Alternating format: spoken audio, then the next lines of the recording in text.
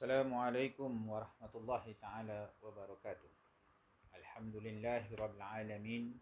Wassalatu wassalamu ala asyrafil anbiya'i wal mursalin wa ala alihi wa ashabihi ajma'in. Alhamdulillah, alhamdulillah, wassalatu wassalamu ala sayyidina Muhammadin sayyidil awwalin wal akhirin wa ala alihi wa sahbihi wa man ihtada bi hidayati ila yaumiddin, amma ba'd. InsyaAllah pada malam ini, pada kali ini saya akan berkongsi dengan tuan-tuan sidang jemaah yang dirahmati Allah sekalian beberapa perkara berkaitan dengan persoalan masyarakat yang berkaitan dengan hukum hakam perkahwinan, hukum hakam nikah dan sebagainya.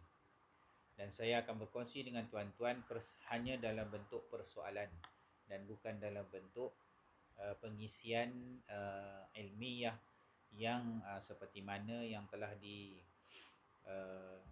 biasanya dikongsikan oleh para asatizah yang lain-lain. Jadi tuan-tuan sidang jemaah yang dirahmati Allah, terdapat banyak persoalan yang sedang berlangsung, yang sedang berlegar di sekitar masyarakat kita, yang mana kadang-kadang apabila ditanya, apabila dibangkitkan, timbul persoalan yang mungkin walaupun secara umumnya kita lihat ianya satu perkara yang mudah untuk diselesaikan, untuk dijawab dan sebagainya, tapi kadang-kadang kadang-kadang bila timbul pada diri kita, kita rasa macam betul ke? Jadi persoalan ni selalu bermain di persekitaran kita sebenarnya, khususnya satu perkara yang selalunya yang berlaku di kalangan umat Islam pada masa kini. Tuan-tuan sidang jemaah yang dirahmati Allah sekalian, beberapa persoalan yang saya akan kongsikan dengan tuan-tuan yang selalu bermain di kalangan masyarakat. Antara persoalannya ialah bagaimana sekiranya seseorang lelaki memilih seorang perempuan dan ingin berkahwin dengannya, tapi dalam keadaan memilih tidak menepati akan garis panduan yang baginda Rasulullah sallallahu alaihi wasallam tetapkan, yang baginda Rasulullah sallallahu alaihi wasallam syorkan untuk memilih seorang isteri. Antara persoalannya, bagaimana sekiranya seseorang lelaki itu ingin mengahwini seorang perempuan kerana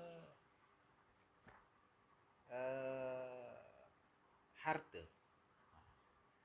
Jadi persoalan yang selalu bermain, yang boleh kita simpulkan, yang pertama, mereka yang berkahwin, bagaimana kalau mereka ingin berkahwin semata-mata ingin mengharapkan harta akan isterinya, mana harta perempuan yang ingin dikahwininya tadi itulah. Jadi bagi menjawab persoalan itu, mereka yang berkahwin kerana hanya mengharapkan harta isterinya, harta perempuan yang ingin dikahwininya tadi itu, akan menjadikannya apa? Akan menjadikannya miskin. Rasulullah sallallahu alaihi wasallam bersabda, "Man tazawwaja imra'atan limaliha lam yazidhu Allahu illa faqra."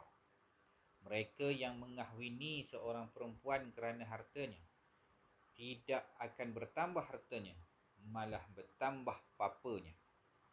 Bertambah miskinlah dia kalau dia ingin seorang perempuan itu untuk dikahwini kerana atas dasar perempuan itu kaya, atas dasar berharta dan sebagainya. Jadi Allah menyebutkan, Rasulullah menyebutkan, dan Allah juga menjanjikan melalui sabda Rasulullah SAW, dia tidak akan dapat apa-apa. Dia hanya akan menambahkan kefakiran yang sedia ada. Itu, ya. Soalan yang kedua, bagaimana pula kalau ingin berkahwin kerana kejelitaan? Semata-mata kerana kejelitaan, kecantikan akan seseorang perempuan itu. Macam mana pula? Ya. Bagaimana pula kalau kahwin kerana kejelitaan dan kecantikan seorang isteri ataupun perempuan? Jawapannya, mereka yang berkahwin disebabkan semata-mata memandang akan kecantikan seseorang perempuan itu akan merosakkan dirinya sendiri. Sabda Rasulullah sallallahu alaihi wasallam, la tazawwajun nisaa li husnihinna fa'asa husnuhunna ay yurdiyahunna. Saya ulang, la tazawwajun nisaa li husnihinna fa'asa husnuhunna an yurdiyahunna. Maksudnya, jangan kamu kahwini seorang perempuan itu kerana melihat akan kecantikannya. Boleh jadi kecantikannya itu akan membawa kepada kerosakan pada diri mereka sendiri. Jadi sidang jamaah yang dirahmati Allah sekalian, itu dua persoalan pertama yang saya bangkitkan. Apabila kita salah, ya, memilih, mungkin salah menentukan akan pemilihan yang mana Rasulullah sallallahu alaihi wasallam telah menetapkan dan telah mencadangkan, menggariskan jenis perempuan yang manakah yang sesuai untuk dijadikan seorang isteri. Ia kena lengkap package 4 perkara yang selalu disebut oleh para ustaz, para asatizah, yang mana kita bimbang supaya kita perlu akan panduan yang baginda Rasulullah sallallahu alaihi wasallam sediakan itu. Yang pertama, nikahlah seorang perempuan kerana 4 perkara. Yang pertama, hartanya. Keturunannya yang kedua. Yang ketiga, kecantikannya. Dan kerana agamanya. Dan pastikan agamalah yang terdahulu kerana engkau akan selamat dengannya. Itu baginda Rasulullah SAW, antara mafhum hadis yang selalu disebut oleh para asatizah, para ustaz dalam memilih, para ustaz, para ustazah dalam memilih akan seorang pasangan hidup di kalangan pasangan hidup, yakni isteri. Baik. Persoalan yang seterusnya, persoalan yang terakhir untuk kali ini, iaitu bagaimana kalau seseorang itu berkahwin kerana keturunan semata-mata, tidak yang lagi 3 tadi. Dia tengok pada keturunan je.